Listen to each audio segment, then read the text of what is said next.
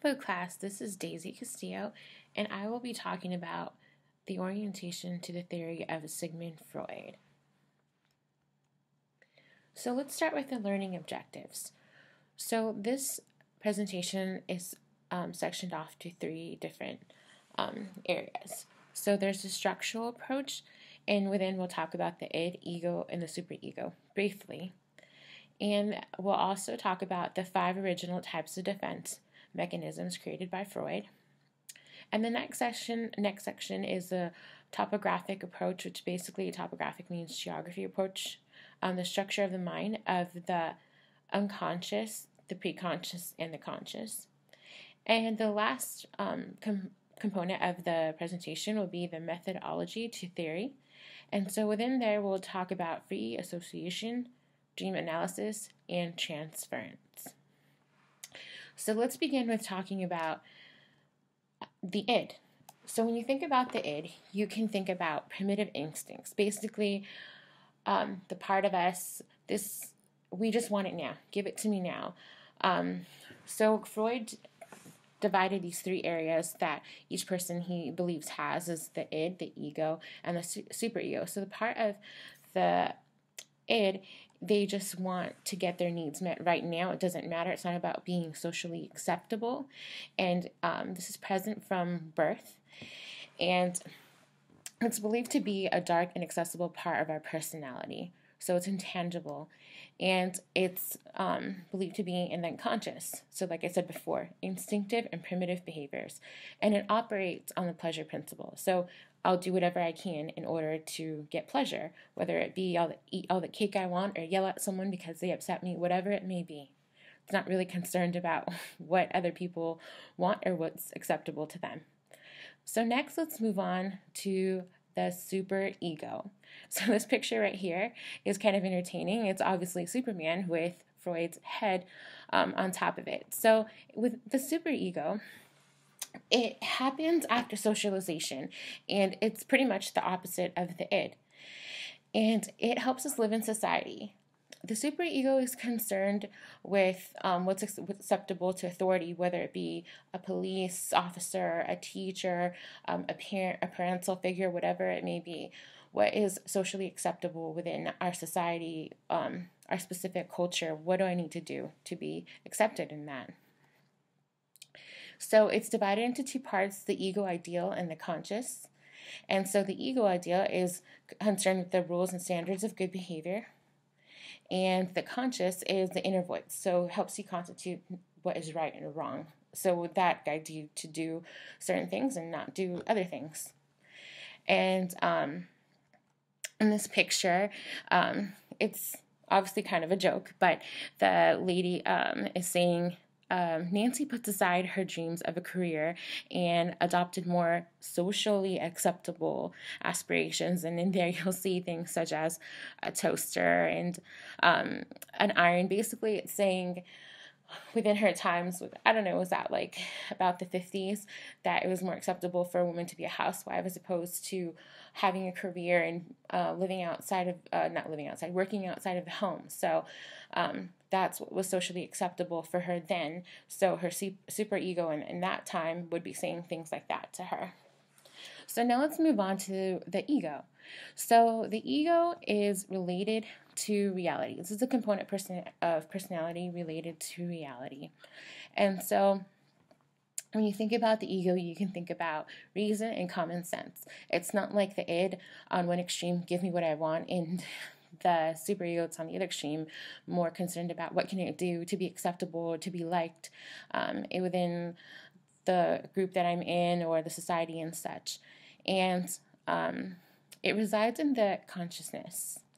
And self-preservation is significant. So basically, what can I do to make sure that I am perceived well or accepted, but not to the extreme of the superego, where it could be kind of you want to think about like a really mean teacher or like a goody two-shoes or something like that, where someone just goes on the extreme of trying to be perfect or something like that.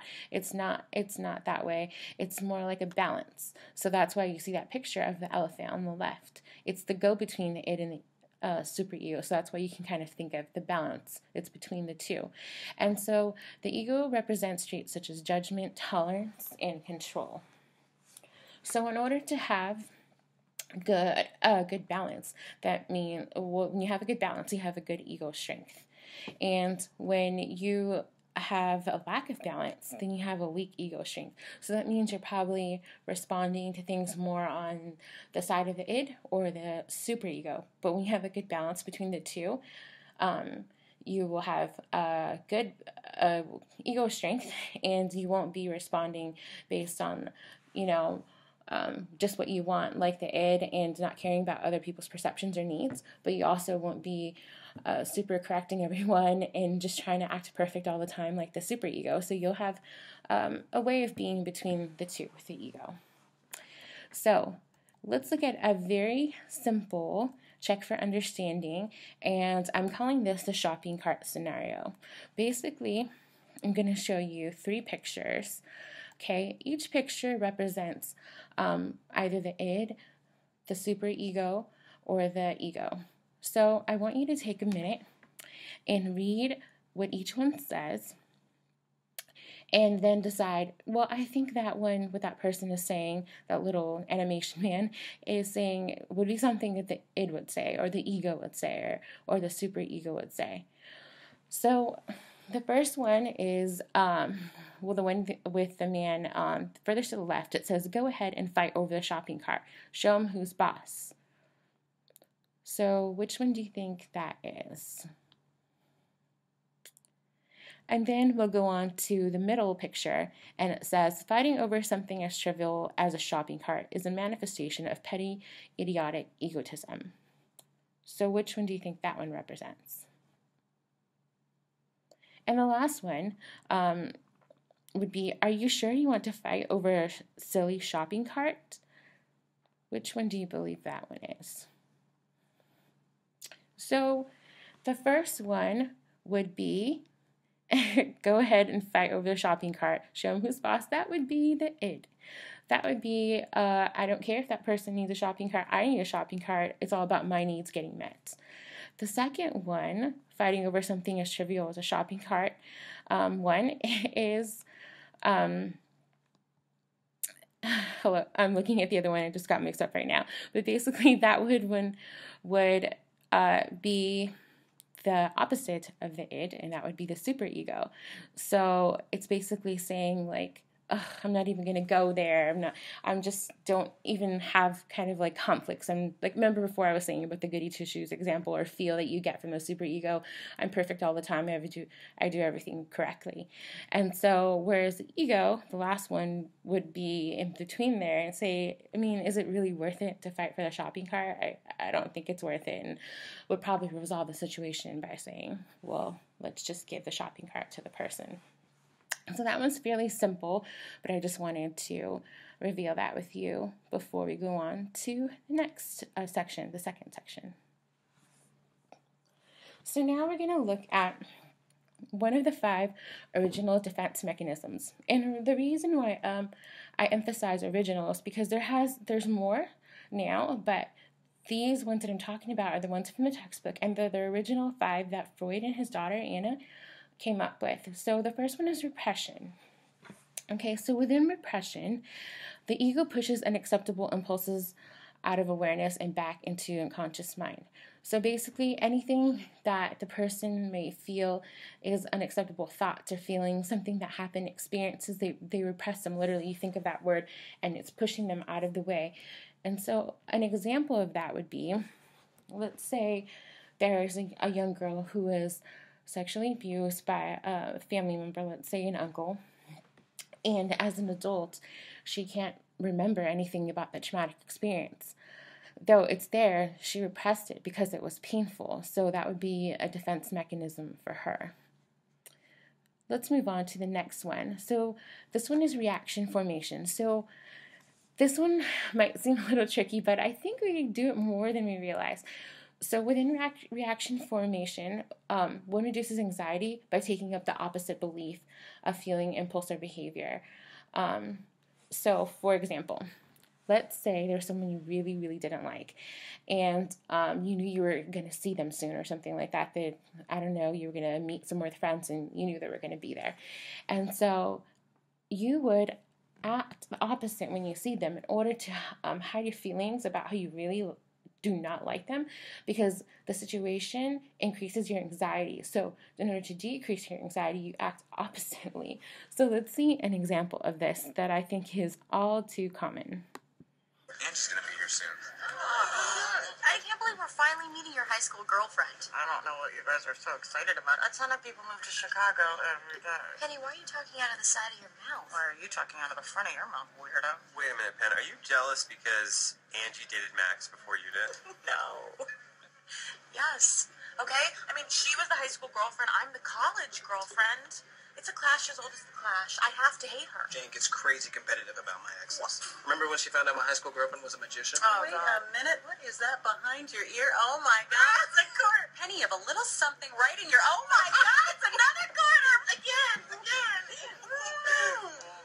Guys, just promise me that when Angie gets here, you'll be cool. I mean, because when I dumped her, it was just messy and I hurt her. Max, it's us. We're totally cool. Yeah. Okay, right. Dave, don't put your hand out and then say, here's 5 good ones for you. Alex, do not tell your theory about why the perfect murder weapon is a knife that absorbs blood. But it is. Brad, do not jump the gun on giving her a nickname too soon. But I had angina locked and loaded. And Jane, when she says to you, I've heard so much about you, do not respond with the classic, oh, I hope it's all good things. Oh, she's here. Guys, I gotta warn you. I don't know how I'm gonna react to this, but it could get very ugly. Guys, this is Angie. Hi. Hi, girlfriend. Get in here, you. Look at you. It's so nice to meet you. You are cuter than cute, cuter than a button. Head to toe, you're a winner. You're a big star. I'm loving all of this. I did not know I was going to react like that. Neither did we. Get on over here. Enjoy not getting a fussy. So that was a very amusing example. I'm sorry, I almost played it again. But basically, his former ex-girlfriend, I believe it was his high school girlfriend, did not want to meet, I don't know if it was college or high school, but didn't want to meet his other ex-girlfriend. And so she basically acted in the opposite manner from what she really felt in order to reduce anxiety of the situation. Okay, so let's move on to projection, an all too familiar one. And so a simple definition of that would be taking your own acceptable qualities or feelings and ascribing them to other people. And so an example would be, let's say you were in an argument and you're the one losing the argument, right? They're winning and you say you're just stupid, but really you're probably the one who feels stupid or just incapable or whatever it may be, but you're projecting that upon them. And another example would be, let's say you had a strong dislike for someone but then you believe that they don't like you. So you're the one who has that feeling towards that person, but then you put it upon them that they feel that way towards you. And so this picture depicts that as well. So there's a mother, and she's telling her daughter, I hate you, but it really is that she hates herself. And I know I've seen stuff like this happen, unfortunately. Sometimes there's things that kids may do that reminds a parent of themselves or whatever it may be, and they don't like that, but it's really they don't like that part about themselves. And so indirectly or directly, it kind of comes out to I hate you, but they're talking about not liking something about themselves. So let's move on to the next one, regression. Okay, so within regression, basically someone goes back to a previous stage in their development. And so it happens when they're confronted by a stressful situation. So, and they cope, the manner in which they cope is a way that may have been somewhat more acceptable at a younger age. For example, let's say an adult were to have a tantrum. Now, not to say that adults don't actually do that, but that's something that's to some degree more acceptable for a child to do. So if an adult were to do that when they were facing a situation that they felt anxiety or to be stressful or whatever it may be, and they were to have a full-out tantrum, let's say they're on the floor, banging something, pulling their hair, whatever it may be, that would be an example of regression. Okay, so the last one of defense mechanisms that we're going to discuss is fixation. And basically this defense mechanism occurs when someone remains locked in an earlier stage of development, and it happens from over or under gratification. And so a common example that I've seen and heard of is oral fixation. So as Jude talked about the stages last week, there's the oral stage that Freud created. And so if you get an oral fixation, it would be believed that you're basically stuck in that stage. Maybe you just didn't pass on to the other one. But what you're basically doing is doing things that represent that you're still in that stage. For example, let's say you're having like biting behaviors. It can be biting objects, biting your nails, chewing on ice. You're just trying to have your mouth stimulated orally. So that would be an example of oral fixation. You're stuck on one of the stages before and you're acting out things that represent that fixation within that stage. Okay, let's move on to a little bit more complicated kind of things to understand, I would say, in regards to the structure of the mind. And so Freud believed that there was three areas, and the structures of the mind, and so it was called topography, which basically means geography of the mind. So this was his conception of the human psyche. He put it into three different areas. So there's the consciousness, the pre-consciousness, and the unconsciousness. And they do go in that order in terms of what you're more aware of to less aware of. So more aware of what's going on with the situations and your feelings and such consciousness, for example, thoughts and perceptions. And the pre-consciousness, memories, stored knowledge, like a phone number, a street name, or something like that. And unconscious, fears, and maybe violent motives and such. So I have heard that the structure of the mind described in a few classes and read about in a few books. But I can honestly say that this is one of the best depictions that I have ever heard of. So I wanted to share that with you. It is about 3.5 minutes, but the way he explains it is so spot on. I wanted you to hear that so you could walk away with a better understanding of these three areas, because people often confuse the preconscious and the unconscious.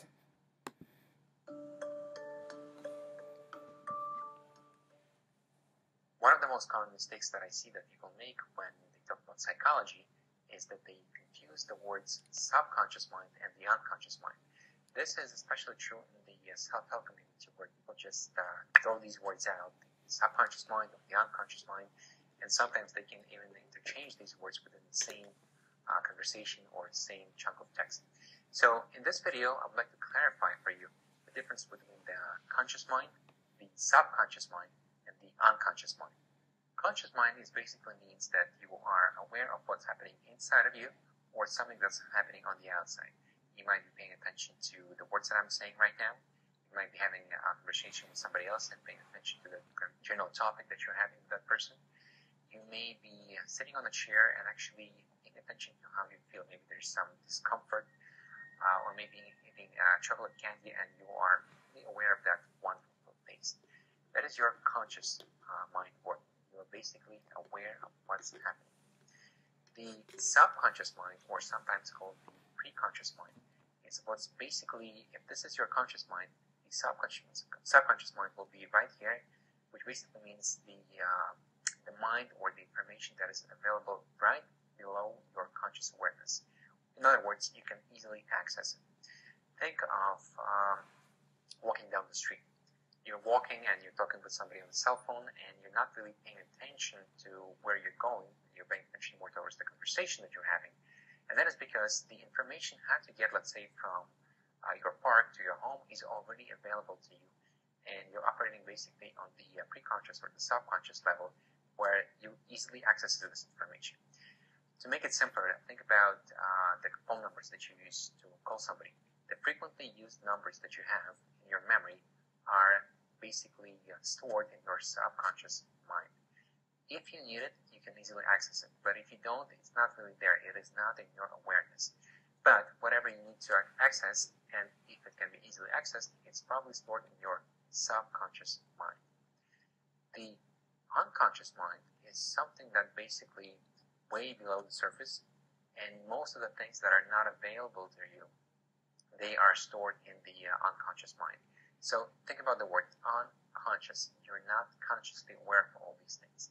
That includes your beliefs, that includes your behaviors, your patterns, your attitude is stored in your unconscious mind. Basically, it's this whole big database of all different things that you have accumulated over your life.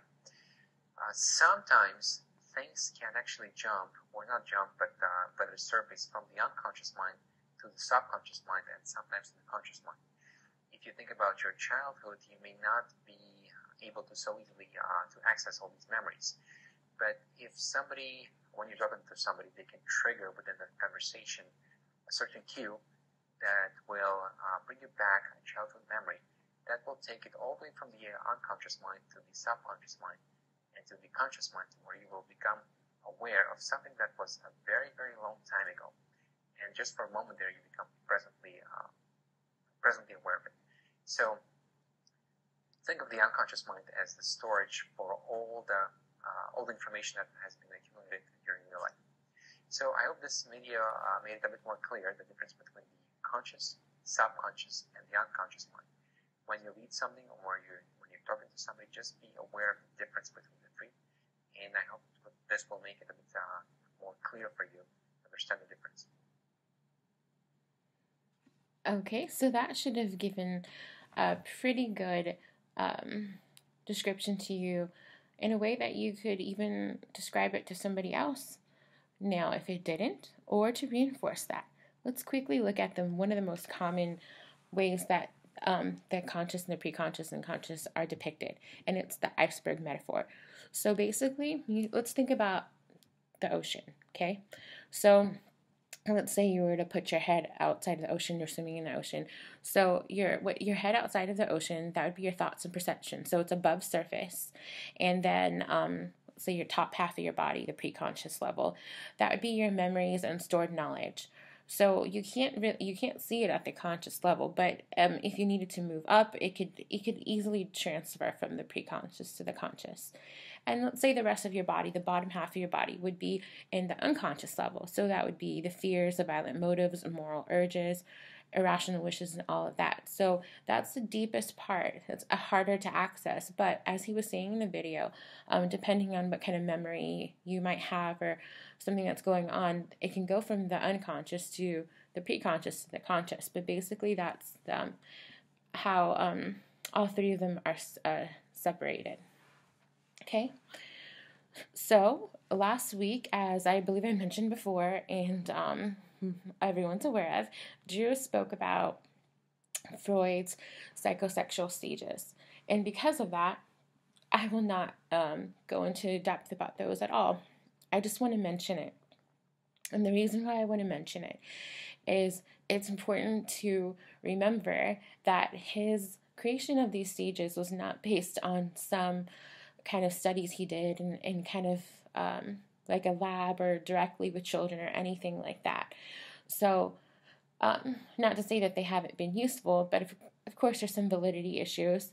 Not everyone's super excited about what he has theorized, but at the same time, his theories and such are pretty foundational for psychoanalysis and psychology and such in general.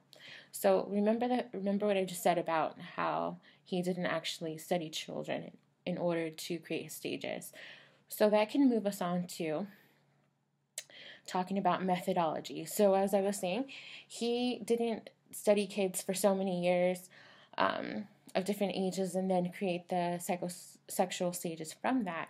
What he actually did was he studied adults. He strongly felt that childhood remains with the adult forever. The memories that occurred with him before and just the formation of all of that is from their childhood is an integral part of an adult personality. And so he felt that if he could find methods to get into those parts of that person's life, their memories and feelings and such, that he could better understand the person and what was going on with them. And so there's specific methods that he used in order to study these adults, and then created his theories of development on children all the way up to the last stage where it talks about general stage to puberty. So the three main methods that we're going to talk about that he used were free association, dream analysis, and transference. So let's talk about transference. Transference refers to any distortion of present relationship that's unresolved and issues left over from early relationships. So let's put this in layman's terms. Basically, a person has certain feelings towards somebody, and something that they might see somebody else do could trigger that, a certain characteristic or an action or whatever. Let's say that, well, we use Freud, for example. Let's say one of his patients were watching him smoke his famous, I believe they were cigars, and they just become fixated on him. Or something in watching him smoke the cigars triggered them. And then they transfer those feelings that they had towards, let's say, their parents that smoke cigars. Those negative feelings that they might have had towards their parents, I don't know, it could have been hate or anger or maybe even some kind of love or lust or whatever. When they were watching Freud, they transferred those feelings that they felt towards someone else. And that's basically the simplest way to describe transference. And let's go into free association. So something I wanted to make sure and mention was the way that Freud often did his worked with his clients was he would have them lay on a couch and he would sit in a chair next to them but behind them. So he would make sure they obviously were comfortable and such on the couch, and he would talk to them and ask them questions and give them room to speak. And specifically within free association, the therapist would read off a word, for example, mother or childhood, and the patient was required to immediately respond to the first word that came to their mind. And then when they did that, for example, let's say Freud were to say mother and the patient were to say hate. Okay, then the client would have room to talk about whatever came to that mind after that word that they said. So hate, I hate her so much, and then maybe they're going to go into a specific memory or a feeling or whatever it may be. So that would be free association. So the belief was that in doing this, fragments of repressed memories would emerge in the course of doing the free association. And lastly, we'll talk about dream analysis. So basically, Freud wrote books on this, and I don't even know how many, but I believe it was several contributions for sure, but I don't know how many he wrote personally. But he felt that dreams are so important to gain insight into one's unconscious motives and conflicts. And in order to interpret what he was going, he felt like the dreams, he could use them to interpret what was going on in those unconscious, in someone's unconscious. So he would have someone tell their dreams, most likely in the kind of situation we just saw in the previous picture, lying down, and he would write down notes and then interpret it from there. One of the things he said was, dreams are the royal road to the unconscious. So he feels that they're just so prominent in understanding the conscious, their direct path to understanding what different areas were in the unconscious and understand where someone's perspective and their memories and how that's related to their child and who they are now and where they're at and how they perceive things and such. And so, basically what I've already said, for Freud, dreams are the key to understanding what's going on in the subconscious, and that would all apply to his theory. So now we're going to end with discussing the activity. The activity is defense mechanism examples. So I want you to take 3 of the 5, any ones that you want, but it definitely has to be 3 of the 5 mechanisms, and I want you to come up with your own examples. So it was repression, reaction, formation, projection, regression, and fixation. So pick 3 of those, and then use a personal story, something that happened to you. I know that might be kind of personal, so you can use something that happened to someone else, or if even that's too much information, you can, either way that you choose is fine. You can use a YouTube video, you can use a picture, but they have to depict that defense mechanism. And is equally important, I want you to briefly, just in a few sentences, discuss why what you chose represents that defense mechanism. So it's pretty straightforward. You should have 3 examples when you're done, and post that online. And that's about it. I thank you so much for giving up 30 minutes of our crazy finals time, and I hope you have, well, it's nighttime here, but whatever time of day it is. Bye.